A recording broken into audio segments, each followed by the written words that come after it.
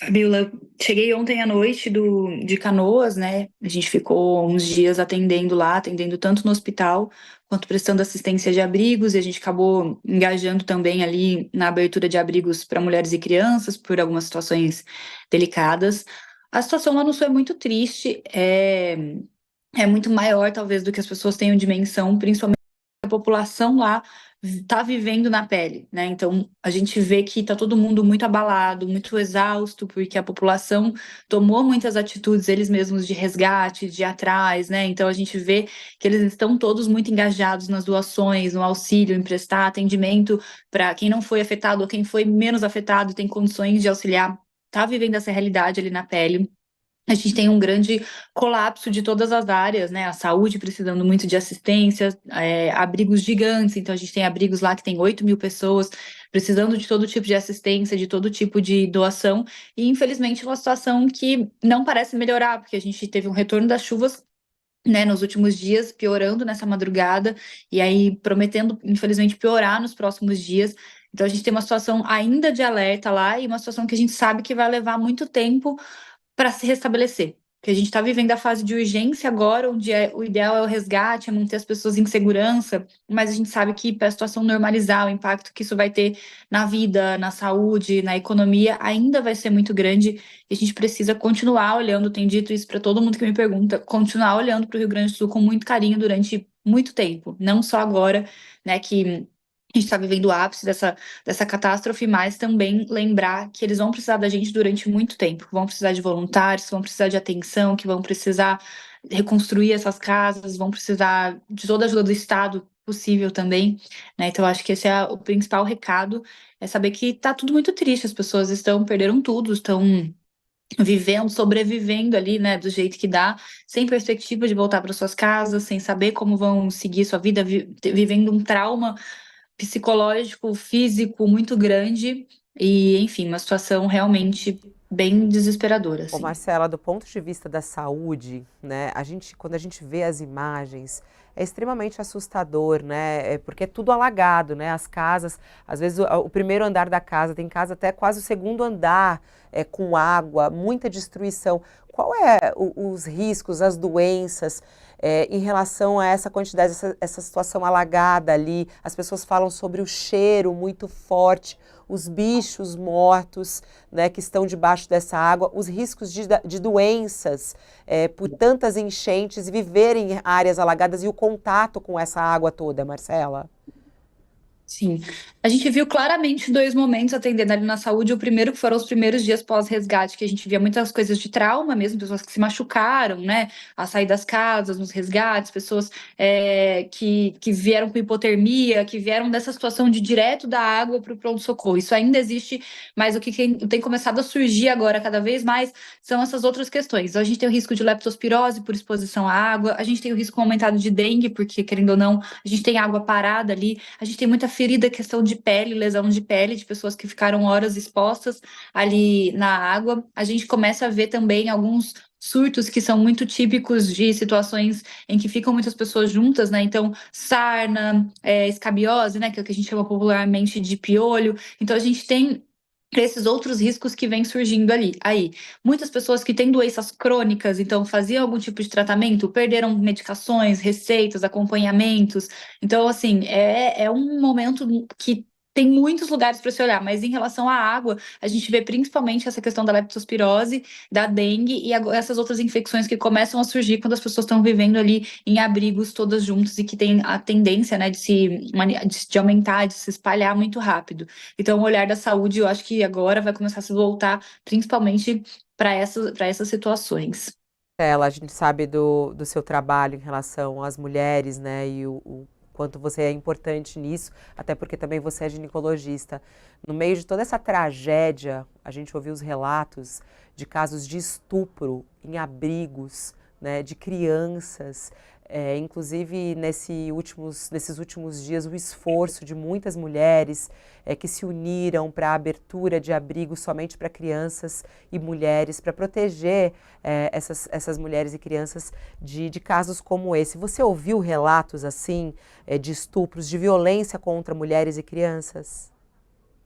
Eu recebi, desde que eu cheguei lá no primeiro dia, eu recebi vários pedidos de ajuda e denúncias que vieram para mim, porque as pessoas sabiam que eu estava lá, né? Então, falando que isso estava acontecendo, e aí começou essa mobilização e esse desespero muito grande de organizar como proteger essas mulheres. A gente sabe que a violência contra mulheres e crianças é uma realidade da nossa população em todos os momentos. Em momento de catástrofe, isso não muda. As pessoas tendem a imaginar que uma catástrofe sensibilizaria as pessoas em relação à violência, mas isso não acontece. As violências seguem acontecendo, a gente segue expondo, né, grupos de vulnerabilidade a tipos de violência, e agora sem a segurança da casa delas, sem a rede de apoio delas. Então, é claro que elas estão ali muito mais expostas a acontecer esse tipo de situação.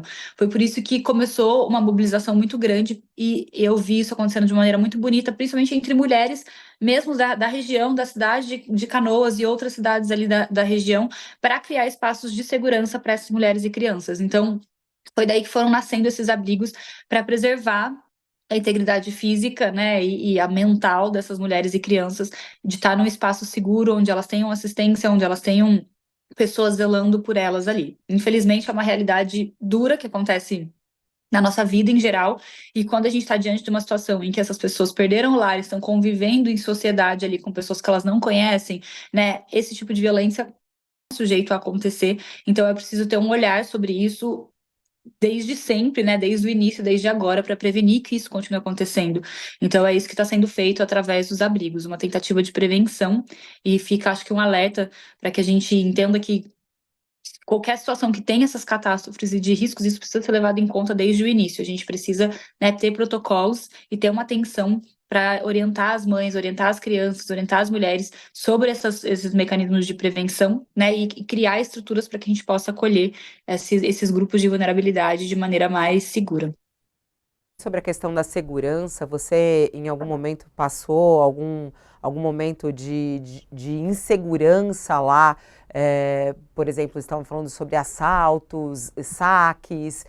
Como é que está até o trabalho dos voluntários? Alguns chegaram a ressaltar que estavam em embarcação e foram atingidos por moradores com medo de também serem violentados, ou seja, uma situação de insegurança generalizada diante do tamanho dessa tragédia. Você viu alguma coisa nesse sentido, Marcela? Eu pessoalmente não vivi nenhuma situação de insegurança, mas é claro que eu tô dentro de um privilégio de lugares ali, né? Eu estava atendendo dentro de um hospital, e mesmo quando eu estava atendendo no abrigo, eu estava atendendo com um grupo de pessoas, e isso com certeza garantiu mais a minha segurança. Mas eu vejo muito, eu recebi muitos relatos da população, das pessoas, dos civis que estão, né, participando dos resgates ali, de momentos em que eles viveram essas inseguranças, de estar dentro do barco e ter sido assaltado, ter o barco tomado, né? Então, assim, a violência continua existindo, é isso que a gente precisa ter em mente, né? Não é porque aconteceu uma catástrofe que a gente vai ter uma sensibilização das pessoas e não vai ocorrer situações de violência. A gente precisa estar com o olhar muito apurado para essas situações, porque realmente, infelizmente, elas seguem acontecendo, né? A gente tem relatos de saque, a gente teve relatos, sim, de alguns voluntários que passaram por determinadas situações, então a gente precisa ter uma segurança reforçada para garantir não só das pessoas que estão ali desabrigadas e precisando do acolhimento, mas também de quem está ajudando ali na linha de frente. A gente precisa muito que o Estado olhe para essa situação de segurança, né, com a realidade que a população tem relatado e contado ali, para que forneça o apoio necessário para que as pessoas possam tanto fazer o trabalho delas, né, em segurança, a ajuda elas em segurança, mas principalmente para as outras pessoas que já estão desabrigadas, já estão em estado de extrema vulnerabilidade, não serem expostas a mais violências. Mas sim, é uma realidade, tem acontecido lá, e a gente escuta muitos relatos dos civis de lá que passaram por situações assim. Muitas pessoas não querem sair das suas casas pelos medos delas serem invadidas e assaltadas e roubadas por outras pessoas. Marcela, para a gente finalizar, que recado que você pode dar para os brasileiros, você que ficou lá por alguns dias e viu isso tão de perto?